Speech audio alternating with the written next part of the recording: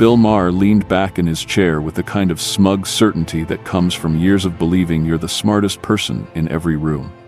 He'd just finished explaining to his audience why the resurrection was scientifically impossible.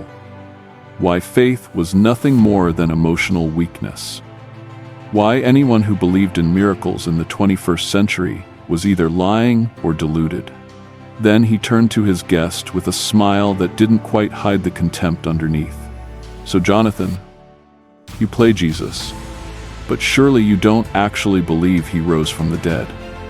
Right, like, you're an educated guy. You understand biology. Dead people don't come back to life." What happened in the next 7 minutes would become the most watched clip in Bill Maher's show history. Not because Jonathan Roumie got angry.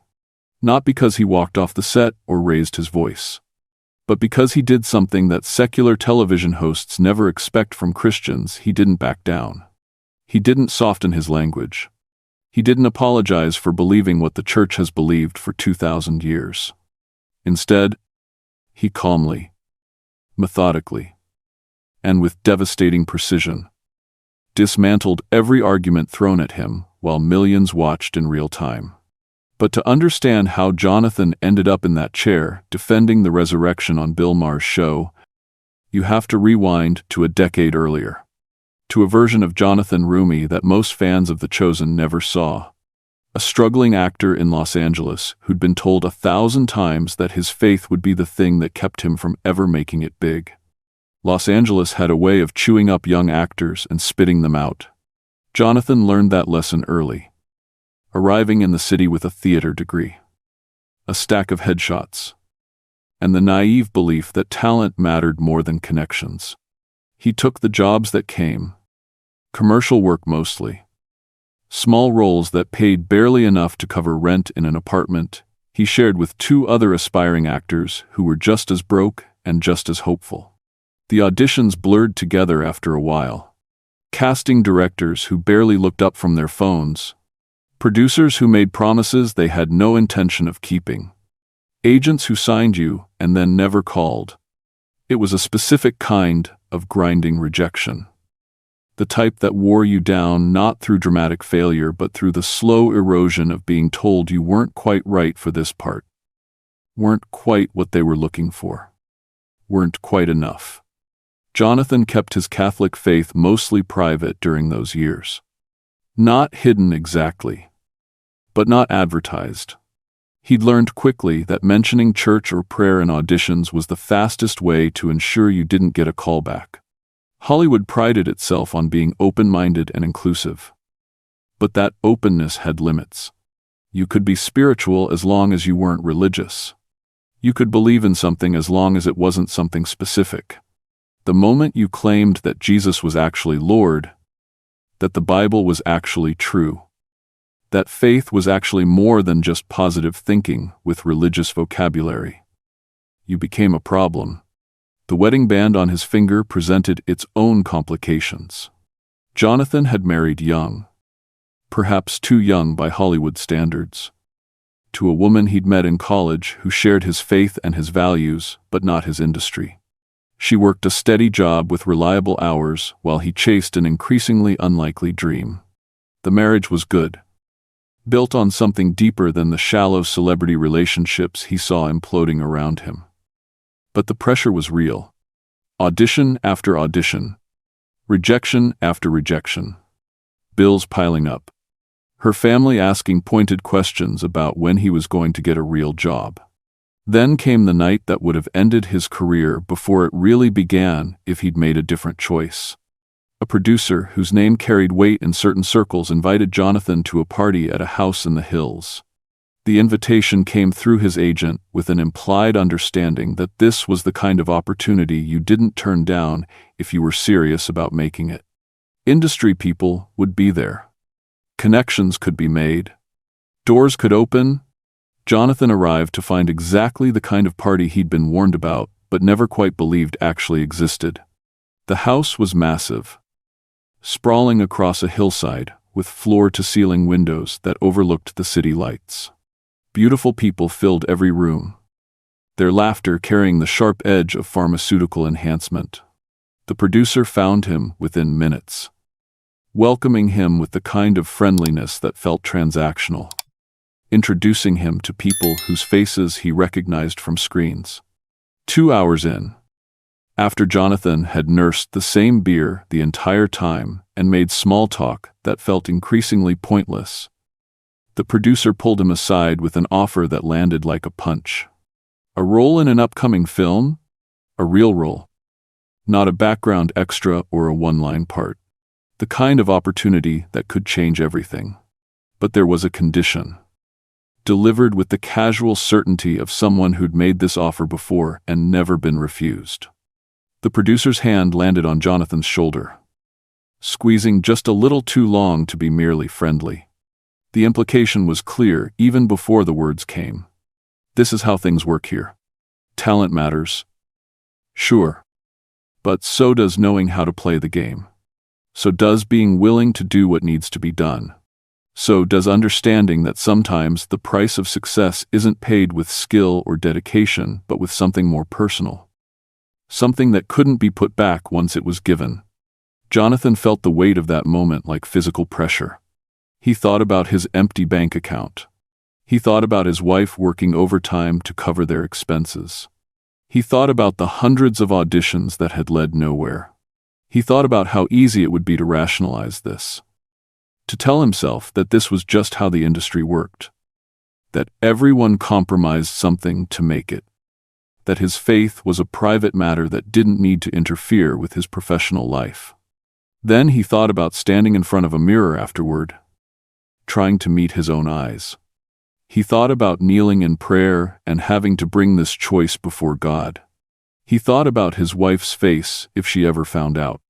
And he knew with sudden clarity that no role was worth this. That some lines couldn't be crossed without losing something essential that no amount of success could replace.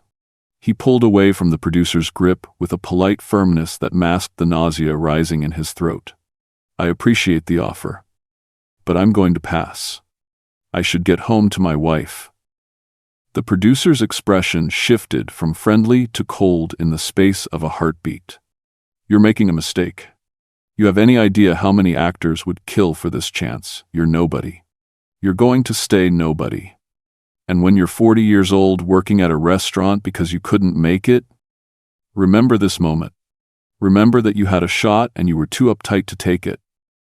Jonathan left without another word, drove home in silence, and walked into his apartment to find his wife still awake, reading on the couch. She looked up with a smile that turned to concern when she saw his face. What happened? He told her everything. About the offer. About the condition. About the choice he'd made. She didn't say anything for a long moment. Then crossed the room and wrapped her arms around him with a fierceness that spoke louder than words. I'm proud of you, she whispered. We'll be okay. We'll figure it out. The years that followed were harder than Jonathan wanted to admit. The producer had been right about one thing: doors stayed closed. Roles he should have been considered for went to other actors.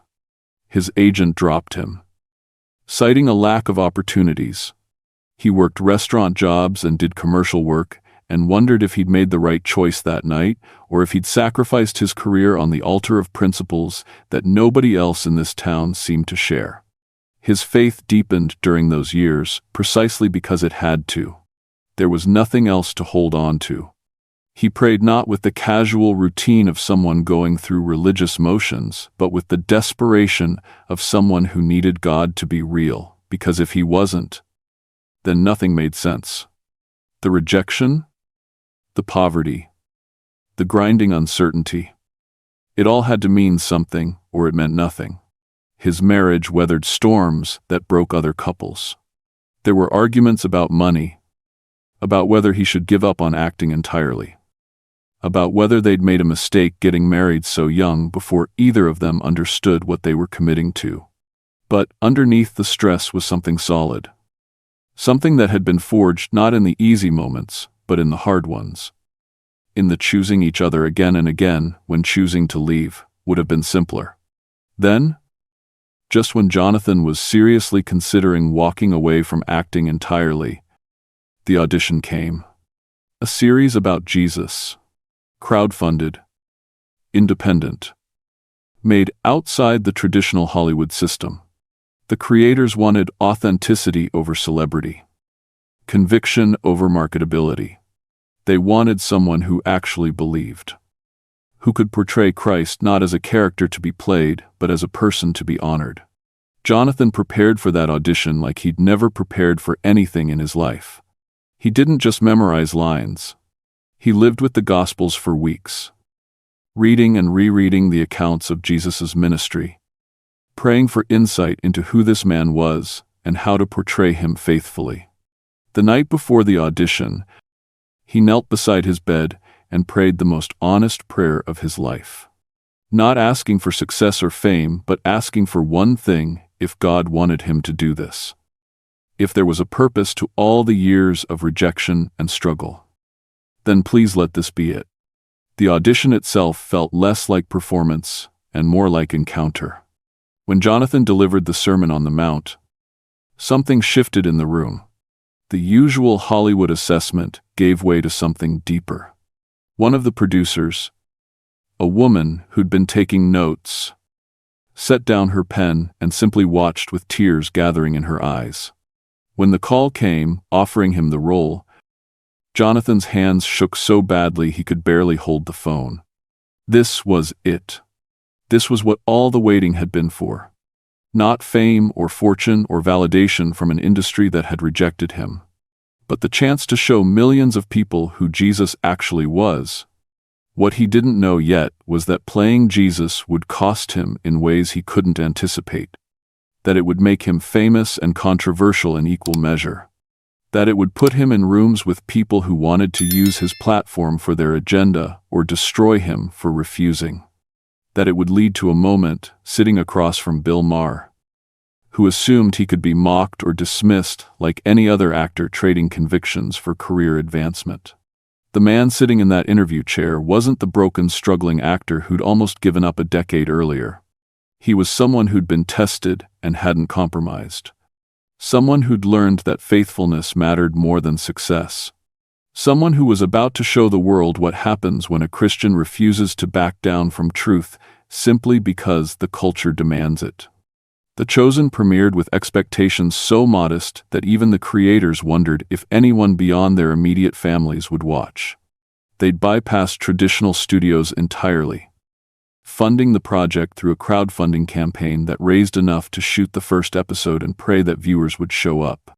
What happened instead exceeded every projection, every hope, every rational expectation. The series didn't just find an audience. It exploded across demographics and continents, becoming the most watched series in streaming history, with viewership numbers that made network executives who'd passed on it question every assumption they held about faith-based content. Jonathan found himself at the center of something he couldn't have predicted and wasn't entirely sure he was equipped to handle. Overnight, or what felt like overnight, he went from being a working actor most people wouldn't recognize to being the face of Jesus Christ to hundreds of millions of people worldwide. Strangers approached him in grocery stores not to ask for autographs, but to thank him for bringing them closer to God. Letters arrived daily from people whose lives had been transformed by watching the show, who'd come to faith or returned to faith or understood Jesus for the first time through Jonathan's portrayal. The weight of that responsibility settled on him like a physical burden he couldn't set down. How do you play Jesus without beginning to confuse where the character ends and you begin? How do you portray the Son of God with authenticity while remembering that you're just a flawed human being trying your best? How do you handle atheist, being treated like a spiritual authority when you're still figuring out your own walk with Christ? The identity confusion crept in slowly, so gradually that Jonathan didn't recognize it at first. Fans would stop him on the street and ask him to pray for them, and he'd feel this strange pressure to pray with more authority, more certainty than he actually possessed.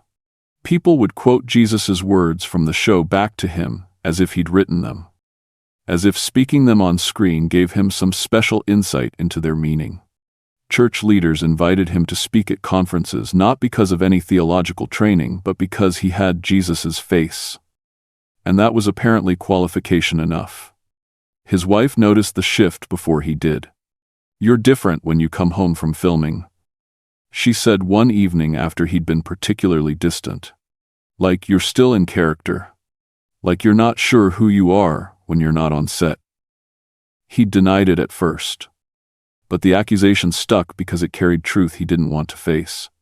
Playing Jesus 8 hours a day, 6 days a week for months at a time, did something to your psyche. You started speaking in parables without meaning to. You felt responsible for living up to an impossible standard. You forgot that grace applied to you too. That you were allowed to be broken and struggling and human.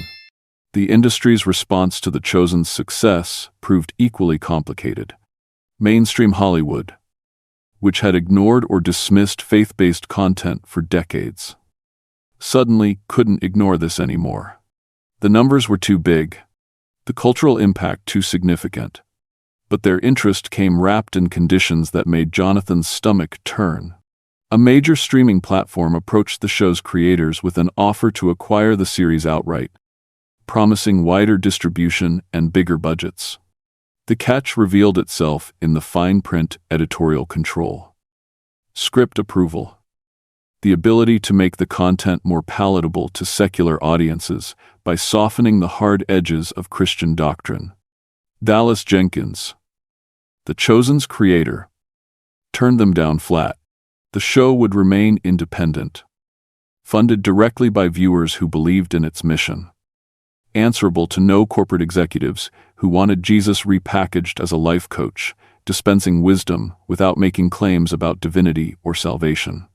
That decision made them heroes to Christian audiences and pariahs to industry gatekeepers who didn't appreciate being told that some things mattered more than money. Jonathan felt the backlash personally. Auditions for mainstream projects that had started coming in after The Chosen's first season dried up completely. Casting directors who'd expressed interest suddenly went silent.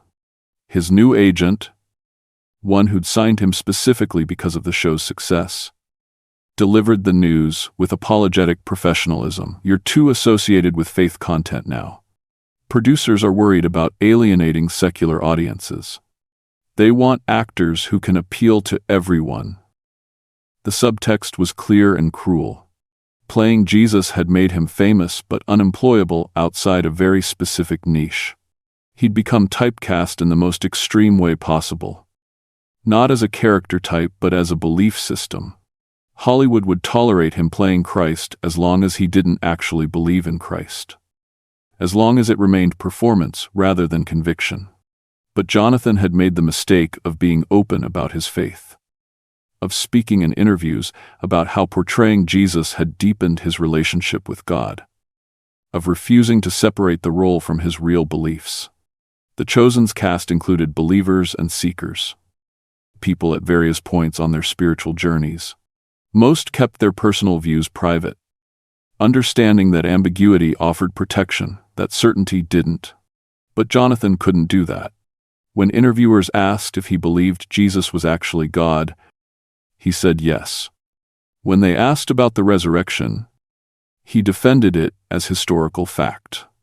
When they pushed him on whether Christianity was the only way to salvation, he quoted Jesus' own words without softening them for modern sensibilities.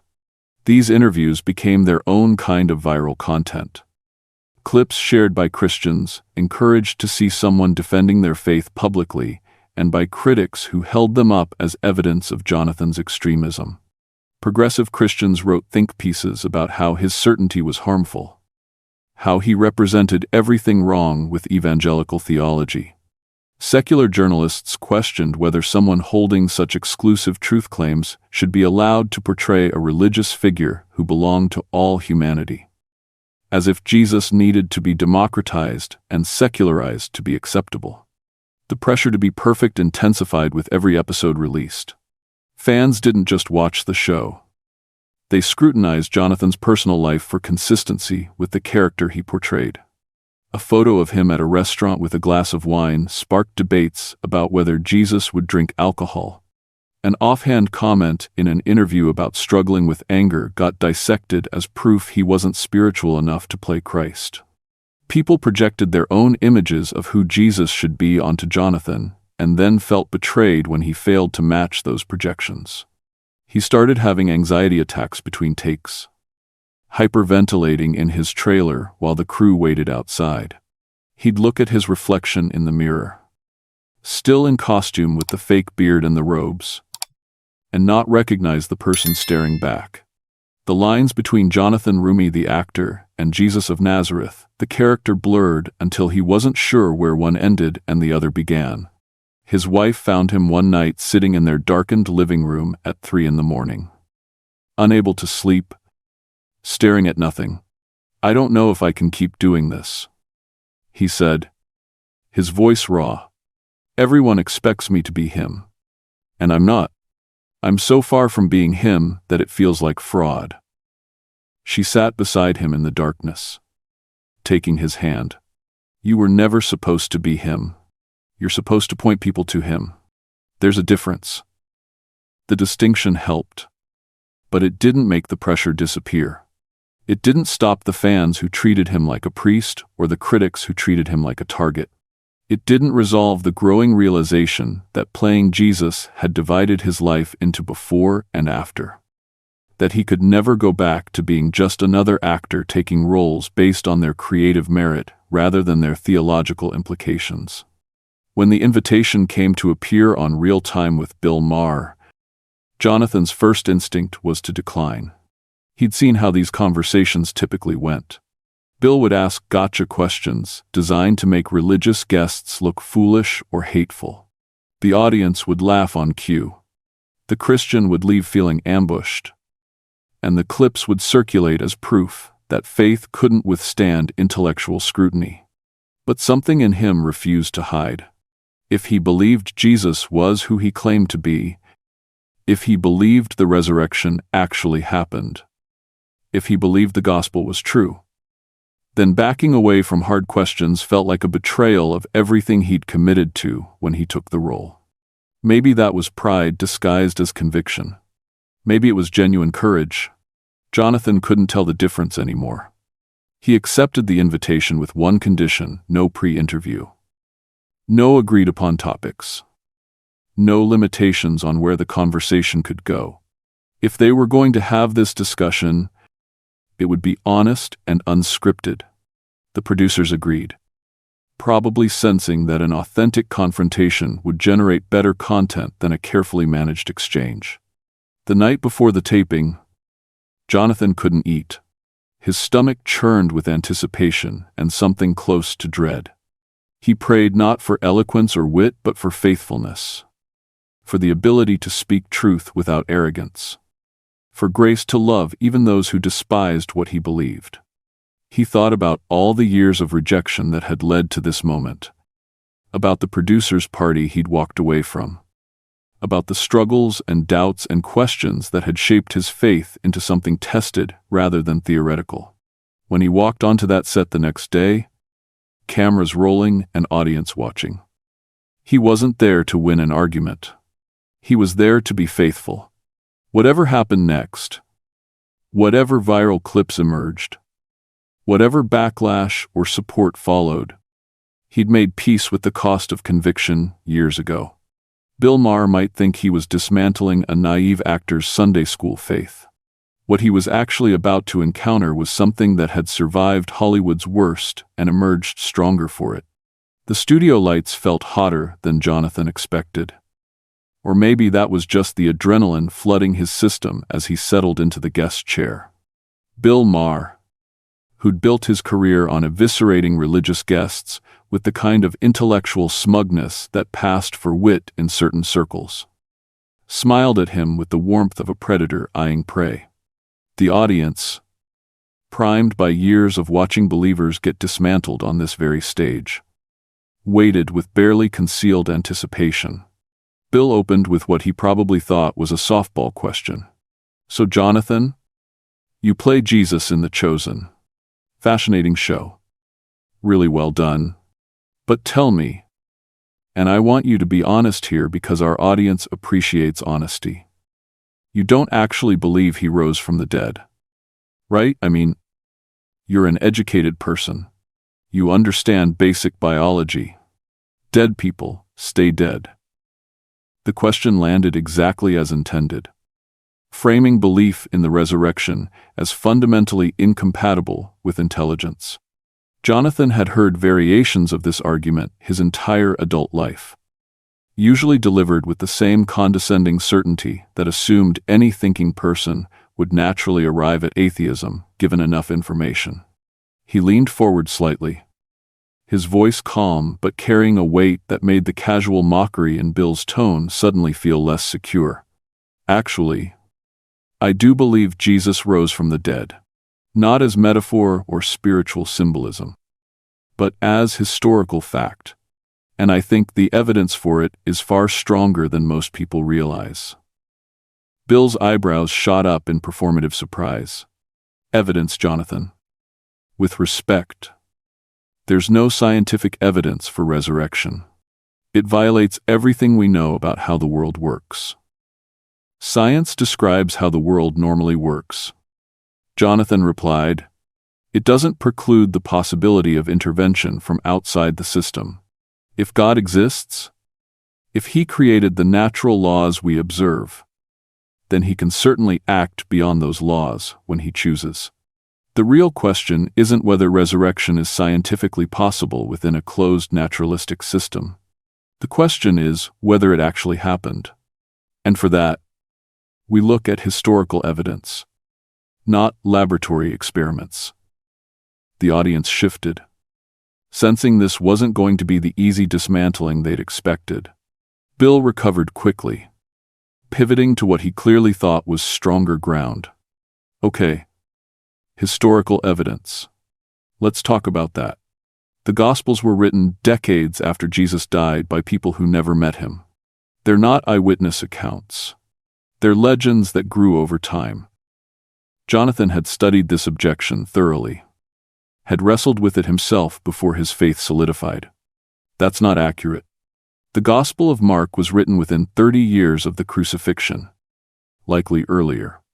Paul's letters, which reference the resurrection, were written within 20 years. In historical terms, that's incredibly early. We have better documentation for Jesus' life and resurrection than we do for most ancient historical figures that nobody questions existed. But these are religious texts written by believers. Bill countered, his tone sharpening. Of course they claim Jesus rose from the dead. That doesn't make it true. You're right that they were written by believers. But they were believers because of what they witnessed. The question you need to answer is why these people, along with hundreds of others, claim to see Jesus alive after his execution. Why would they make that up? What did they gain from it? Bill leaned back with a smile that suggested he'd been waiting for exactly this opening. What did they gain? Power. Influence. A religious movement built around them. Same thing every religious founder gains from their followers. Jonathan shook his head, and for the first time something close to passion entered his voice. Except that's exactly what they didn't gain. 11 of Jesus' 12 apostles were executed for claiming he rose from the dead. Peter was crucified upside down. James was beheaded. Thomas was speared to death in India. These men had every opportunity to recant, to admit it was a lie, to save their own lives. And they didn't. They went to brutal deaths, maintaining that they'd seen Jesus alive. People die for false beliefs all the time. Bill shot back. Look at suicide bombers. Cult members who drink poison. Dying for something doesn't make it true. You're confusing two different things. People die for beliefs they think are true. Yes, but those beliefs are based on teachings or doctrines. The apostles weren't dying for a belief system. They were dying for testimony about what they personally witnessed. There's a massive difference between dying for something you believe is true and dying for something you know is either true or a lie you participated in creating. If the resurrection was fabricated, the apostles knew it, and nobody dies for a lie they invented, especially when recanting would save their life. The studio fell into a silence that felt charged with something beyond typical talk show banter. Bill's expression had shifted from amused superiority to something more defensive. Okay. But even if we grant that these people believed they saw something, that doesn't mean they actually saw a resurrection. Mass hallucinations, grief-induced visions. These things happen. Jonathan was ready for this too. Hallucinations don't work that way. They're individual experiences, not group phenomena. You can't have 500 people hallucinate the same detailed experience at the same time, which is what Paul documents in 1 Corinthians. He lists specific witnesses, many of whom were still alive when he wrote the letter. He's essentially saying, "Don't believe me, go ask them yourself." That's not how you propagate a lie. That's how you document historical events. Paul never met Jesus, Bill said, his voice taking on an edge that suggested he was used to this being a conversation ending point. He had a vision on a road. He's not a reliable witness to anything. Paul was Saul of Tarsus, a Pharisee who was actively persecuting Christians, who had everything to lose and nothing to gain from converting. His encounter with Christ cost him his career, his reputation, his safety. He was eventually beheaded in Rome for refusing to stop preaching about the resurrection. What possible motivation would he have for fabricating an experience that ruined his life? Bill shifted tactics, trying to regain control of the conversation. Look, I'm sure Paul believed what he claimed, but extraordinary claims require extraordinary evidence. You're asking people to believe that the laws of nature were suspended, that a dead man came back to life. That's not a small claim. You're absolutely right. Jonathan agreed, and the concession seemed to surprise both Bill and the audience. It is an extraordinary claim, and it does require strong evidence. That's precisely why I believe it. Because the evidence is extraordinary. Empty tomb that even Jesus' enemies acknowledged. Multiple independent accounts of resurrection appearances. The radical transformation of terrified disciples into bold witnesses. The explosive growth of Christianity in the very city where Jesus was executed, where anyone could have produced the body to disprove the whole thing. The willingness of eyewitnesses to die rather than recant. The conversion of skeptics like James, Jesus' own brother who didn't believe during his ministry but became a leader in the church after seeing him risen. Every piece of evidence points in the same direction. Or, Bill said, his voice dripping with the kind of certainty that brooked no disagreement. It points to a religious movement, creating origin myths the way every religion does. You're choosing to interpret these ancient texts as literal truth because of prior religious commitment, not because the evidence compels that conclusion. Jonathan's response came quietly but with a firmness that made every word land with weight. I'm interpreting these texts as truth because I can't make the alternative explanations work. I've tried. I've wrestled with this. I've read the skeptics and the critics and the naturalistic explanations, and none of them adequately account for the historical data. The resurrection is the only explanation that makes sense of why Christianity exploded in first-century Jerusalem. Why eyewitnesses went to their deaths, maintaining their testimony. Why Saul the persecutor became Paul the apostle. Why James the skeptic became James the martyr. So you're asking our audience to believe in magic, Bill said, and the word dripped with contempt.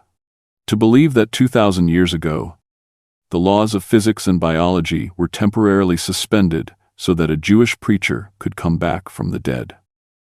I'm asking them to consider whether the creator of physics and biology might occasionally act in ways that transcend the systems he created. Jonathan replied, And I'm asking them to look honestly at the historical evidence without dismissing it simply because it points to a conclusion that challenges their worldview. You keep calling it magic, as if that's an argument. But if God exists, if He created everything we see, then resurrection isn't magic. It's simply God acting within His own creation. Bill laughed, but it sounded forced now, lacking the easy confidence that had opened the interview. If God exists, that's a pretty big if. Jonathan, where's the evidence for God? Where isn't it? Jonathan spread his hands, encompassing the studio, the city beyond, the universe beyond that, the fine-tuning of physical constants that allow life to exist, the information content in DNA that points to intelligence rather than random processes, the universal human experience of moral obligation that makes no sense in a purely material universe, the fact that we're conscious beings capable of reason and love and wondering about our own existence, the resurrection itself. If you're willing to honestly examine the historical evidence, the question isn't whether there's evidence. The question is whether you're willing to follow where the evidence leads, even when it challenges assumptions you'd prefer to keep. The audience had gone completely still. This wasn't the comfortable dismantling of religious belief they'd come for. This was something else entirely. Something that made casual atheism feel less secure than it had when they'd walked in.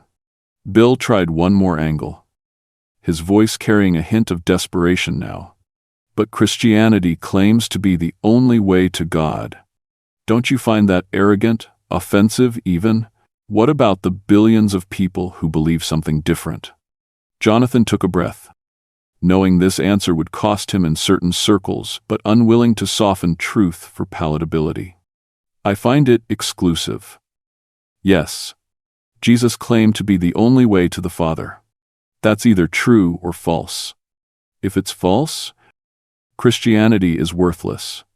If it's true, it's the most important truth in human history. I didn't make that claim. Jesus did. I'm just trying to be faithful to what He taught. And if He really is who He claimed to be, if He really did rise from the dead and conquer death itself, then yes, that matters infinitely more than whether we find it culturally comfortable. The interview continued for another 15 minutes. But the dynamic had fundamentally shifted. Bill tried repeatedly to regain the upper hand, to deliver the intellectual knockout blow his audience expected. But Jonathan met each argument with clarity and conviction that refused to be intimidated. When the cameras finally stopped rolling, the studio remained unusually quiet. None of the typical post-show chatter filling the space. Bill shook Jonathan's hand with professional courtesy that couldn't quite hide something else. A grudging respect, maybe.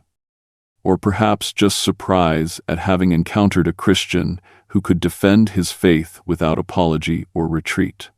The clip would be watched millions of times in the coming weeks. Shared by believers, encouraged to see someone stand firm, and by skeptics who found the exchange more challenging than they'd anticipated. Jonathan walked off that set knowing he'd drawn another line, had made himself even more controversial, had guaranteed that mainstream Hollywood would continue viewing him as too religious for their secular projects. But he'd also been faithful. And in the deepest part of his soul, where fear and faith competed for dominance, he knew that mattered more than any career he might have sacrificed in the process.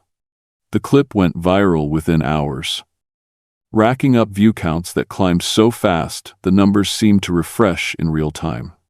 Jonathan watched it happen from his apartment, his phone buzzing with notifications that arrived faster than he could read them. The comment section split down predictable lines. Christians praised him for defending the faith with clarity and courage. Atheists called him delusional, accused him of intellectual dishonesty, mocked his certainty as evidence of closed-minded fundamentalism. The culture war machine had seized on the interview with ravenous appetite, turning a theological discussion into ammunition for battles that had nothing to do with truth and everything to do with tribal identity. What surprised Jonathan, what he hadn't fully prepared himself for, was the response from other Christians. Not all of it was supportive. Progressive believers wrote long threads on social media about how his exclusivist claims were harmful, how insisting Jesus was the only way to God alienated seekers and made Christianity look intolerant. Pastors who'd invited him to speak at their churches quietly withdrew the invitations, explaining that his comments about resurrection as historical fact were too controversial for their congregations. Denominational leaders issued statements distancing themselves from his views. Careful to note that not all Christians held such rigid positions on biblical literalism. The professional consequences arrived with the inevitability of winter. His agent called with news delivered in the tone of someone reading from a script they'd rehearsed. 3 film projects that had been in discussion, roles that would have marked Jonathan's entry into mainstream dramatic work, were suddenly no longer available. The directors had gone different directions. The producers had concerns about controversy affecting box office. The studio executives worried about alienating secular audiences. The message was clear even when the words stayed diplomatic. Defending resurrection on national television had made him untouchable outside Christian media. Dallas Jenkins called 2 days after the interview aired, his voice carrying concern wrapped in support. "Brother, I need you to know that we're with you. The Chosen stands with you. But I also need to be honest about what I'm hearing. There are board members who are worried.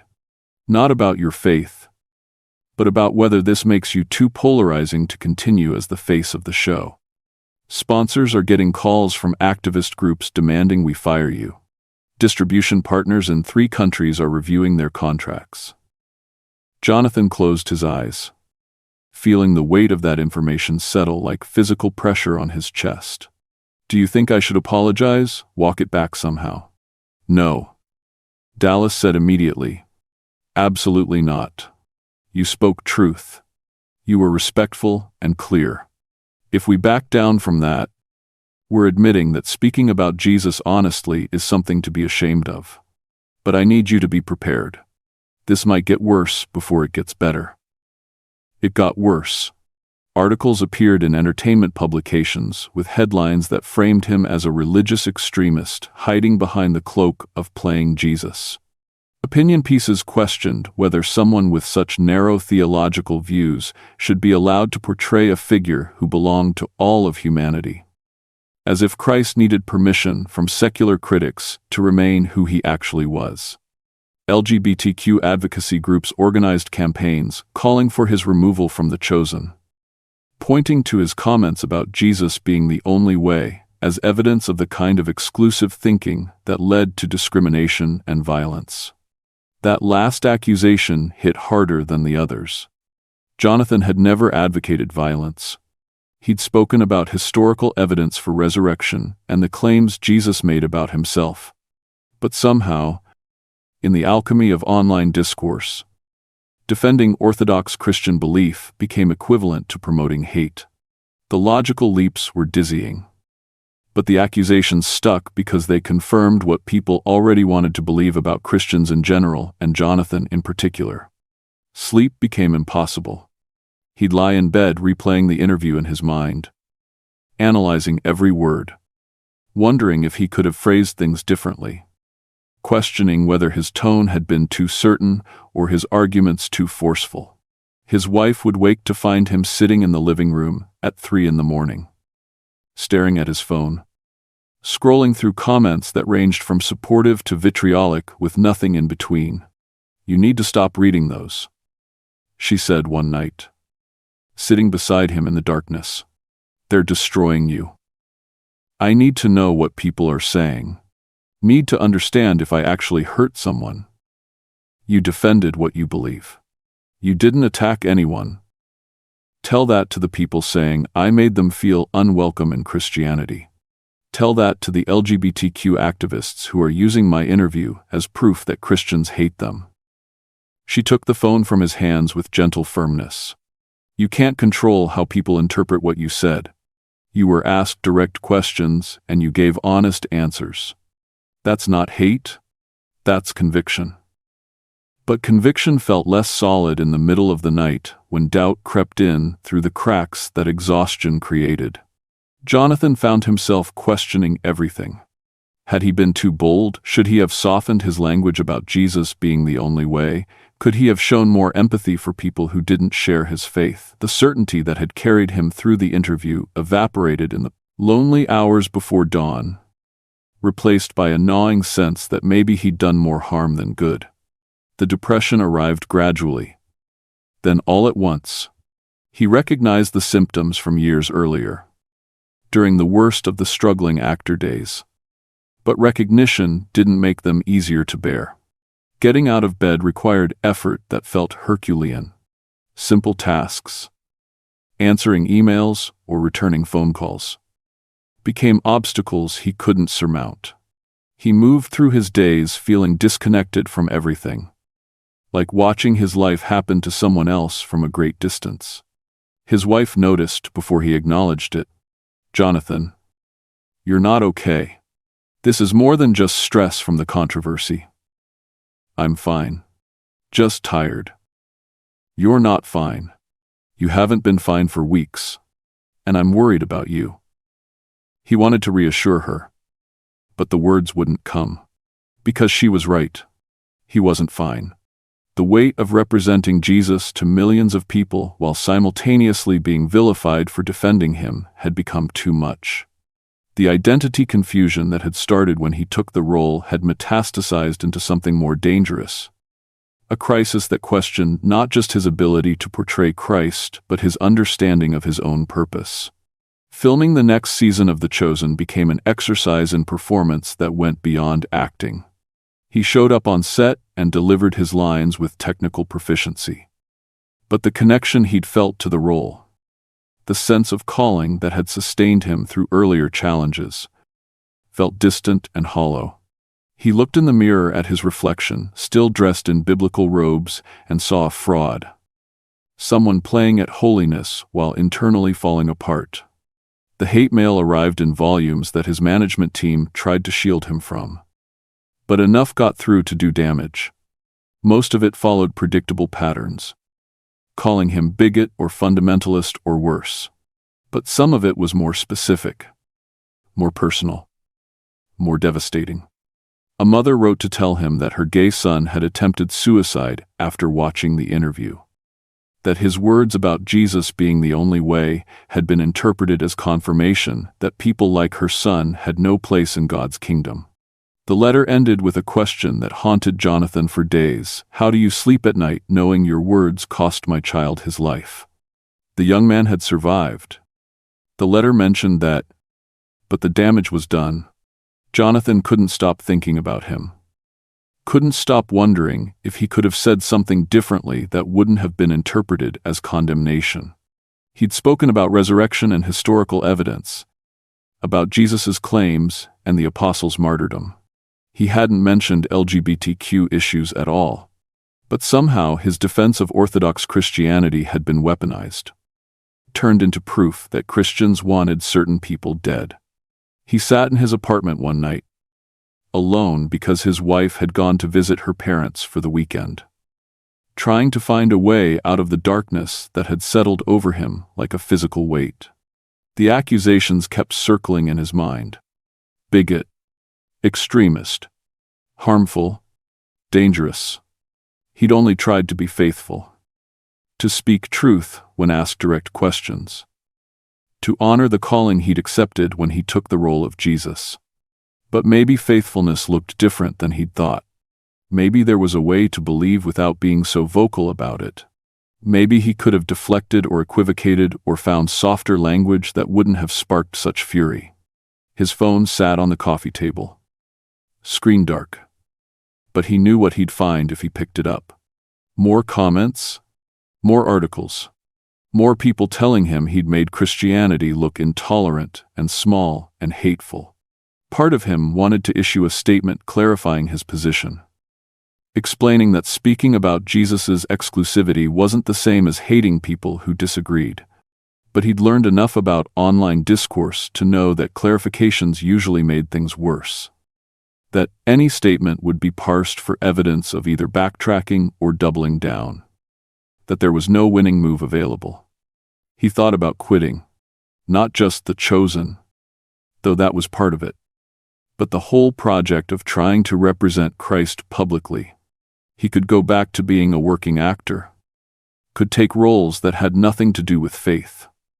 Could rebuild a career that didn't come with the impossible burden of embodying everyone's expectations of who Jesus should be. The thought brought relief so profound it was almost physical. The fantasy of laying down a weight he'd never been equipped to carry.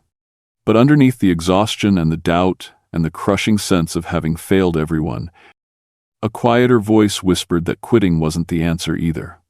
That faithfulness had never been about comfort or universal approval. That Jesus himself had been called a blasphemer and a fraud, had been hated and rejected and ultimately executed by people who couldn't accept who he claimed to be. Following Christ had always been costly. Jonathan had known that intellectually, now he was learning it experientially. In the grinding day-to-day reality of what it meant to speak truth in a culture that preferred comfortable lies. He picked up his phone, intending to scroll through messages one more time, to marinate in the criticism until it either broke him or convinced him to apologize. But before he could open the social media apps, an email notification appeared at the top of his screen. The subject line was simple, direct, cutting through the noise with a clarity that made him stop. "You saved my life." The sender's name was Tyler Bennett. Jonathan didn't recognize it. Didn't know why this particular message had gotten through his filters when hundreds of others hadn't. He stared at the notification for a long moment, his thumb hovering over the screen. Not sure he could handle reading one more person's opinion about what he'd said or shouldn't have said. But something about those 4 words, "You saved my life," pulled at him with a force he couldn't quite explain. He opened the email, and what he read there, in the careful words of a 22-year-old struggling to reconcile faith and sexuality and the will to keep breathing, changed everything. The email was long, written with the kind of careful precision that suggested multiple drafts. Each word chosen to carry weight without breaking under it. Tyler Bennett introduced himself as someone who'd grown up in a conservative Christian home, who'd known from adolescence that his attractions didn't align with what his church taught, who'd spent years trying to pray away something that wouldn't leave. He'd attended conversion therapy sessions that left him feeling more broken than before. He'd read every book promising transformation through faith and discipline. He'd fasted and wept and begged God to make him different. Nothing changed. The attractions remained, and with them came a crushing sense of being fundamentally defective, of carrying a flaw so deep that even God's grace couldn't reach it. His parents, when he finally told them, responded with the kind of love that felt like rejection wrapped in scripture verses. They assured him they loved him while making it clear they couldn't accept this part of him. That real love meant calling him to repentance. That anything else would be enabling sin.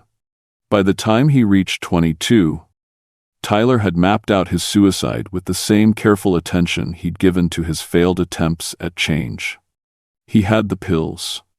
He had the note written. He'd calculated the timing to ensure his roommate wouldn't find him for at least 12 hours. Long enough that intervention would be impossible.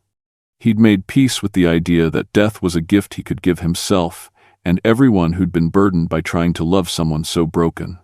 Then Jonathan's interview with Bill Maher aired.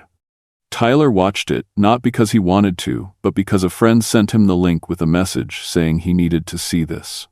He expected more of what he'd heard his entire life. The theological arguments that made his existence feel like a problem requiring solution. What he got instead was something that broke through his defenses in a way he hadn't anticipated. "You didn't soften anything," Tyler wrote. "You didn't try to make Christianity more palatable or pretend Jesus said things he didn't say.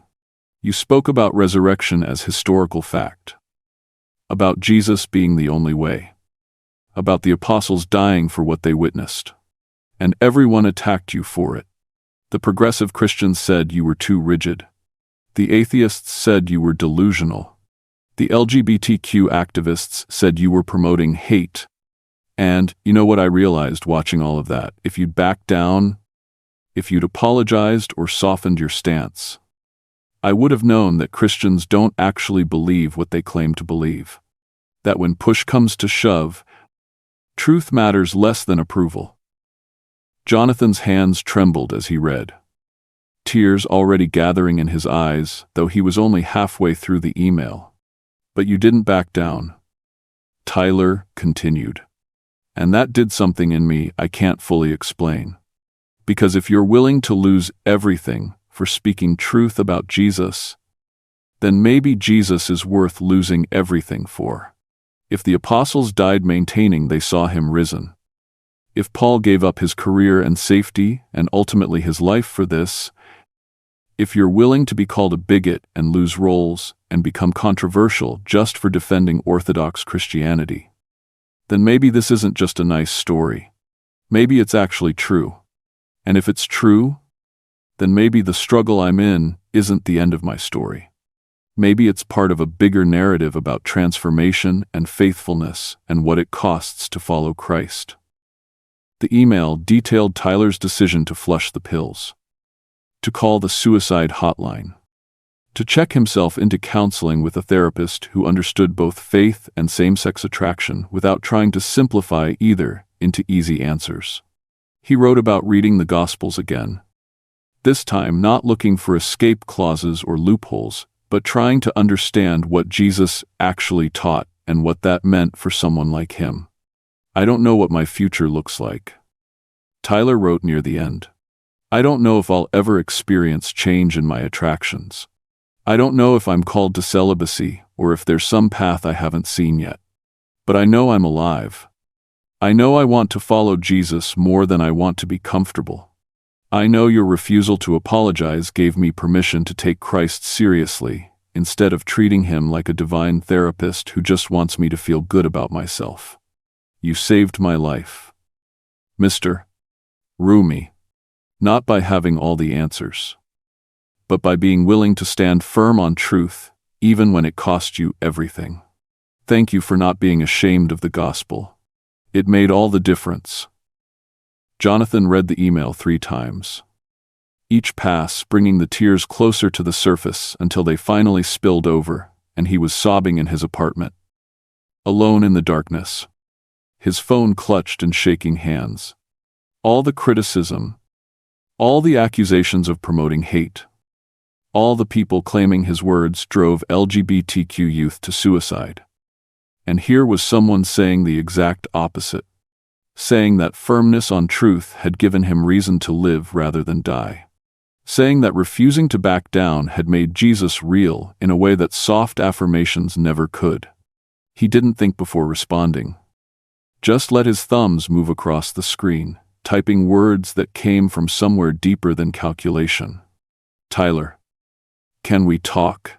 Can I call you? I need you to know that you matter, that your life has value beyond measure, that God loves you with a fierceness that doesn't require you to have everything figured out. Please let me call you. He included his phone number, hit send, and then sat in the silence waiting. The response came 12 minutes later. Just a phone number and the words, "I'm ready." Jonathan's hands were still shaking when he dialed. Tyler answered on the second ring, his voice young and raw and carrying the fragile hope of someone who decided to keep breathing without being entirely sure why. They talked for over an hour. Jonathan didn't try to fix Tyler or offer simple solutions to complex struggles. He didn't pretend that following Jesus while experiencing same-sex attraction would be easy or straightforward.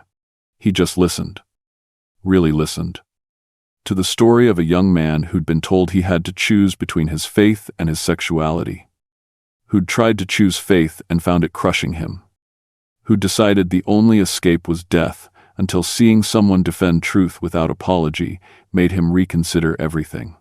I kept thinking, Tyler said at one point, his voice breaking, that if Christianity was just about being nice and affirming everyone, then what's the point? Every religion says be kind. Every philosophy says love people. But Jesus claimed to be God.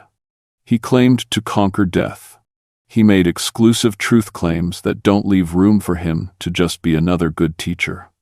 And watching you defend those claims, watching you refuse to water them down even when it would have been so much easier to do that, it made me realize that maybe this whole faith isn't about comfort. Maybe it's about something bigger and harder and more real than I'd been treating it. Jonathan's voice was thick when he responded, Tyler, I can't promise you this gets easier. I can't tell you exactly what faithfulness looks like for you or what God's plan is for your specific struggles. But I can tell you that wrestling with hard questions while holding on to Christ is better than having easy answers that lead you away from Him. And I can tell you that your life matters. That you being alive right now is not an accident. That God has purposes for you that suicide would have stolen. After they hung up, Jonathan sat in the darkness of his apartment and wept. Not the desperate tears of earlier depression, but something different. Something that felt like release and gratitude and overwhelming awareness of how close Tyler had come to ending his life. How many other Tylers might be out there wrestling with the same questions? How his refusal to back down had reached at least one person in a way that mattered more than any career success ever could. He knelt beside his couch, not because kneeling was required, but because standing felt wrong for what he needed to say. The prayer that came wasn't eloquent or carefully structured. It was raw and honest and broken. God, I don't understand this. I don't understand why defending truth creates so much controversy. Why speaking about Jesus gets me called a bigot. Why the cost of faithfulness feels so heavy. But Tyler's alive. And if that's the only good thing that comes from that interview, if one life saved is all the fruit this produces, then it was worth it. Every bit of it was worth it. Help me remember that when the criticism gets loud again, help me remember that you're not measuring success the way the world does. He felt something then. Not an audible voice, but a presence so tangible it was almost physical. A sense of God's nearness that drove out the darkness he'd been drowning in for weeks. The depression didn't vanish instantly, but clarity came. A deep knowing that his job wasn't to make everyone comfortable or to defend himself against every accusation. His job was to be faithful, to speak truth when asked, to trust that God could use even controversial words for purposes beyond Jonathan's understanding. His phone rang. Dallas Jenkins calling at an hour that suggested either urgency or bad news.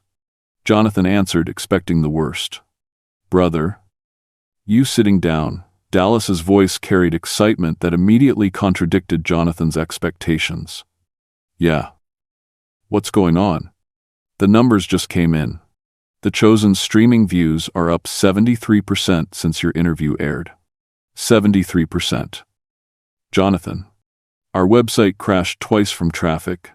Donations are flooding in from people who want to support content that doesn't apologize for faith. We've received more new subscriptions in the past week than in the previous 3 months combined. Jonathan absorbed this information in stunned silence.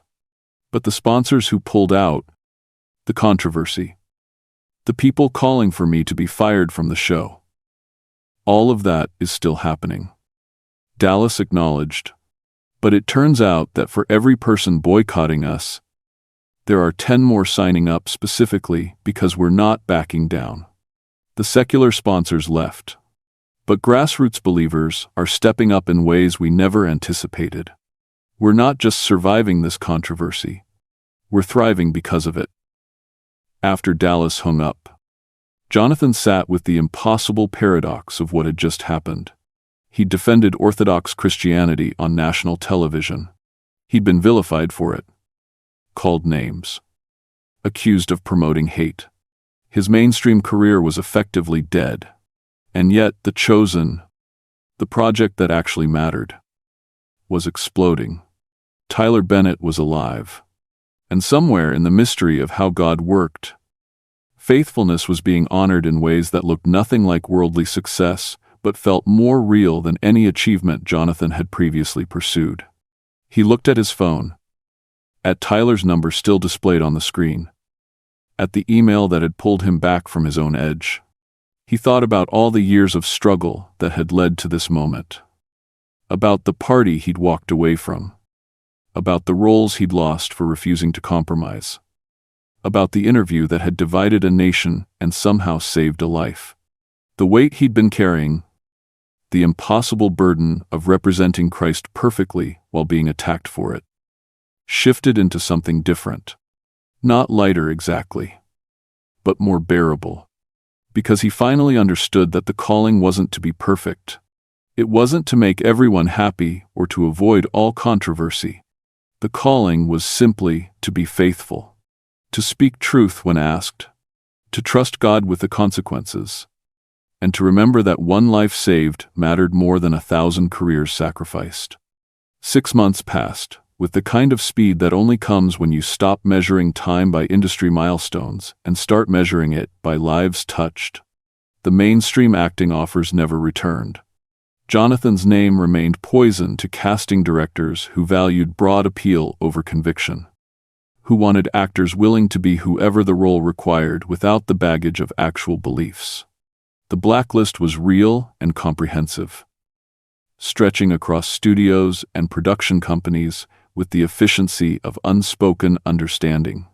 But something else was happening simultaneously. Something that looked like failure by Hollywood metrics but felt like purpose by every measure that actually mattered. Jonathan started receiving letters. Not hundreds but thousands. From people whose lives had intersected with that interview in ways he never could have predicted. A pastor in Ohio wrote to say he'd found courage to preach more boldly about sin and grace after watching someone defend truth without apology on hostile ground. A teenager in Texas shared that she'd stopped believing Christianity was just about being nice after hearing someone articulate why the resurrection mattered historically. A former Muslim in Michigan described his journey to Christ that began with seeing a Christian refuse to back down when challenged. Tyler Bennett still emailed occasionally. Updates on a journey that remained complicated but continued. He joined a church that didn't pretend his struggles were simple but also didn't compromise on what Scripture taught. He was learning to live in the tension between attractions that hadn't changed and a commitment to Christ that had become more real than his desires. Some days were victories. Some days were battles. But he was alive. And that alone felt like vindication of everything Jonathan had been willing to lose. Then came the letter that arrived not through email but through the mail. Handwritten on stationery that looked expensive. From someone who signed her name Rachel Stevens and included an address in Manhattan. Jonathan opened it, expecting another angry response to the interview. Another accusation of harm or hate. What he found instead was a testimony that made him weep for the 3rd time in as many months. Rachel had been in the studio audience the day of the Bill Maher interview. She'd gone because her sister had tickets, and she enjoyed watching atheists dismantle religious guests. She'd grown up in a nominally Christian home, but had abandoned faith in college after a philosophy professor convinced her that science and religion were incompatible. That belief in God was just wish fulfillment for people afraid of death. She'd built a successful career as a marketing executive, had married and divorced twice, had accumulated everything she thought would bring satisfaction, and found herself hollow. She wrote about watching Jonathan defend the resurrection, about her expectation that Bill Maher would expose him as another religious fraud clinging to superstition. But the dismantling never came. Instead, she watched someone articulate reasons for faith that she'd never heard before. Present historical evidence she'd dismissed without ever examining, and refused to be intimidated by contempt disguised as intellectualism. I went home angry, she wrote, Angry that you'd made Christianity sound reasonable. Angry that I couldn't easily dismiss your arguments. Angry that you seemed so certain about something I'd spent years treating as obviously false. I told myself you were just another fundamentalist who didn't understand science. But I couldn't stop thinking about what you said about the apostles dying for eyewitness testimony. About Paul converting from persecutor to preacher. About the empty tomb that even Jesus' enemies acknowledged. She'd started watching The Chosen out of curiosity and spite, wanting to find evidence that Jonathan was just an actor playing a role. That his certainty on that interview was performance rather than conviction. Instead, she encountered Jesus in a way that bypassed her intellectual defenses. Not the Jesus of children's Sunday school, but the Jesus of the Gospels. Simultaneously more loving and more demanding than she'd imagined possible. I gave my life to Christ 3 weeks ago. The letter concluded, I don't understand everything yet. I still have questions about the hard passages, about suffering and evil and how a good God allows terrible things. But I believe now. I believe Jesus is who he claimed to be. I believe he rose from the dead. And I need you to know that if you'd apologized for what you said, if you'd softened your stance or tried to make Christianity more palatable, I would have dismissed you immediately. Your willingness to stand firm on truth, even when it cost you professionally, is what made me take Christ seriously for the first time in my adult life. Thank you for not being ashamed. It changed my eternity. Jonathan read the letter 3 times. Then placed it in a folder alongside Tyler's original email and dozens of others that had arrived bearing similar testimonies. These were the metrics that mattered. Not box office numbers or industry approval, but souls encountering truth. Lives redirected toward Christ. People willing to consider the gospel because someone had been willing to defend it without apology. The Chosen moved into its next season with a momentum that defied every prediction.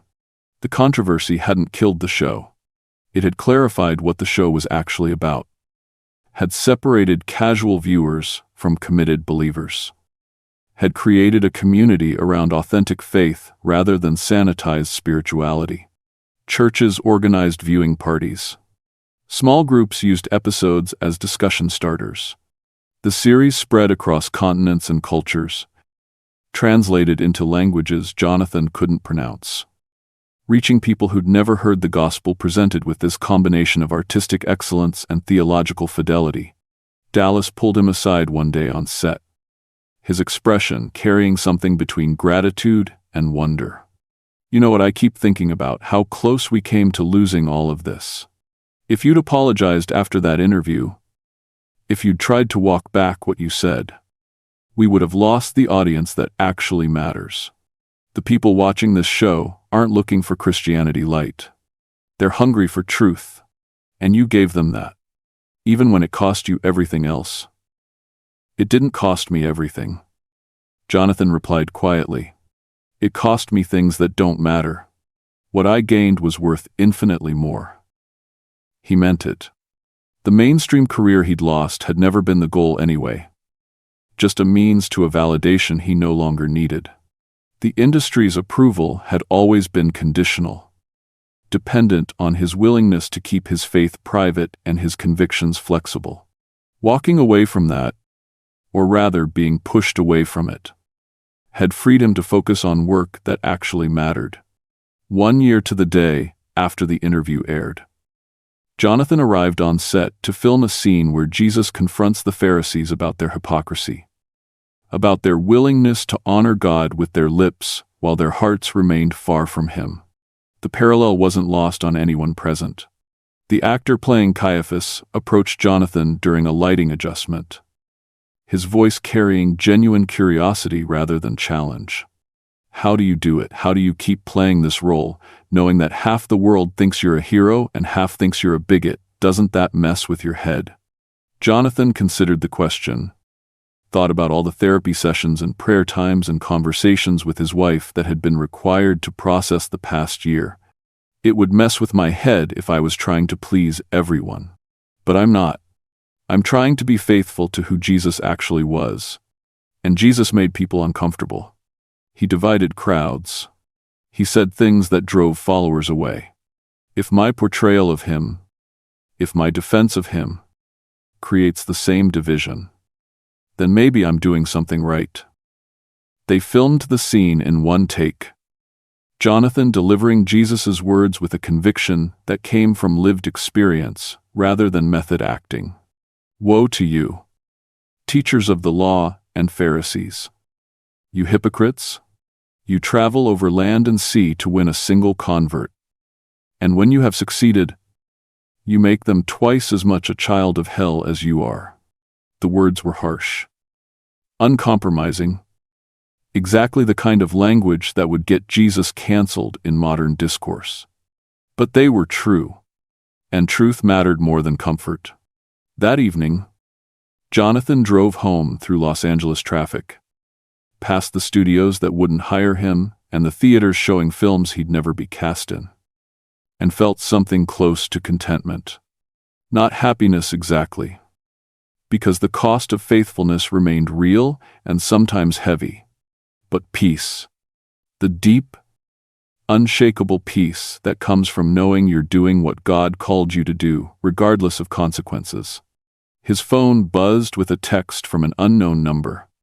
He waited until he was parked to read it. Mr. Roumie. You don't know me. I'm 17 years old. I've been struggling with depression and questions about faith and whether God could love someone with my specific struggles. I watched your interview with Bill Maher a year ago, and then started watching The Chosen. You didn't make Christianity easier or more affirming. You made it real. And real is what I needed. I was planning to kill myself tonight. Instead, I'm going to keep fighting. Thank you for showing me that faith can be both tender and true. You saved my life.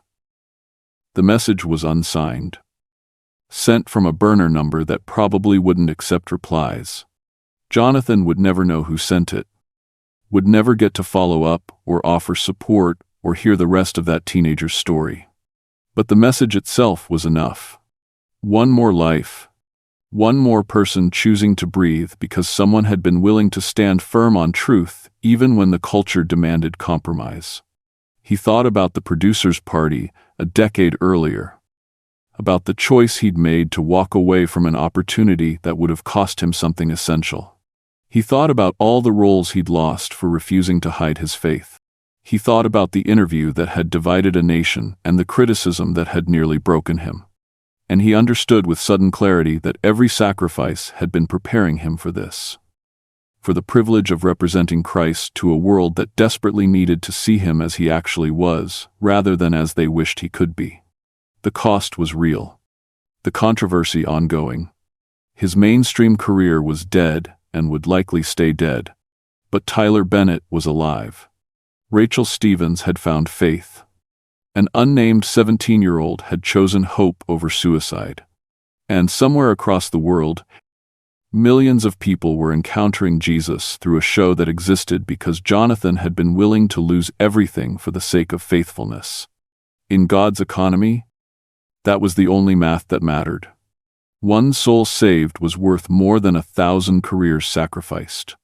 One life transformed outweighed every award he'd never win, every role he'd never play, every door that would remain forever closed.